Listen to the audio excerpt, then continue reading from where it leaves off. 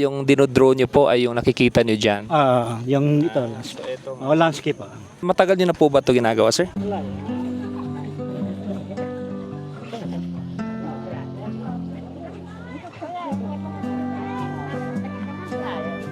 Sir, you are Baltasar Fornalisa, Baltasar.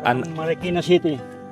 From Marikina. No? So, ba't po kayo nandito sa South Cotabato? Dahil po sa imbitasyon ni Madam Marcy Supsop, ang mami ni Shamsi Supsop. Ano po specific yung tawag dito sa ginagawa nyo? Ito, impressionist. Ibig sabihin po nun, Yung mata mo lang ang gagawa ng kwento mo. O, ikaw, yung mata mo ang titingin para mabuo yung ginagawa namin. yung dinodraw nyo po ay yung nakikita nyo dyan. Yung ito, landscape. Matagal nyo na po ba ito ginagawa, sir? Inborn po ako mula grade 1. Pipaint na ako. Tapos nilalaban na ako ng competition sa mga school mula grade 1 hanggang high school. Nakaka-amaze dito. Ito, kanina ko pa kasi tinitingnan si sir kung paano niya minimix etong mga pintura dito or ano bang tawag dito. Acrylic paint. Acrylic paint. Ganyan, no? Kung titingnan natin ako, kung ako yung titingin, parang ang gulo-gulo. Pero pag pinapahid na niya, yan na yung itsura. Oh. Normally, sir, yung ganitong obra, yung ganito kalaki, mga gaano nyo katagal ginagawa? Kasi sa on the spot, kailangan matapos agad. Baka umulan, Okay. o kaya ras, ganyan. Siguro sa amin okay na to kasi impression kami.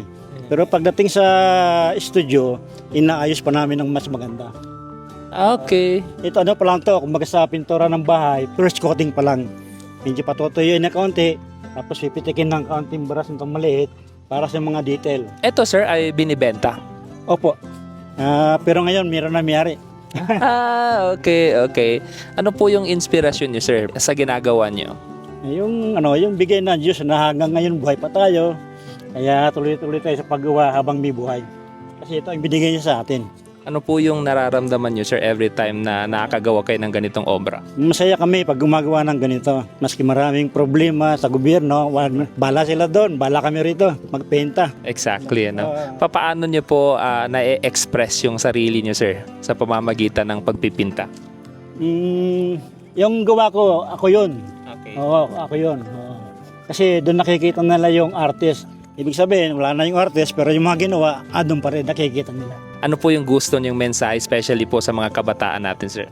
Sana makita nitong mga ginagawa namin, maging inspirasyon din kami na sa paggawa ng ganito.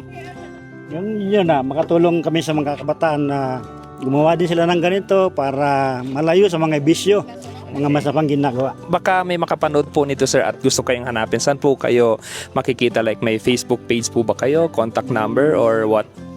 Baltasar Fornalisa sa Facebook na lang. Thank you, sir, ha? Thank you. Thank you very much. Thank you. Ang galing, no? Ang galing. Tawag pansin po siya dito sa Euphoria. Nilalaro niya lang yung kulay. Tingin siya doon, pinta siya dito hanggang sa, kung titingnan natin, may itsura na. Ang ganda na.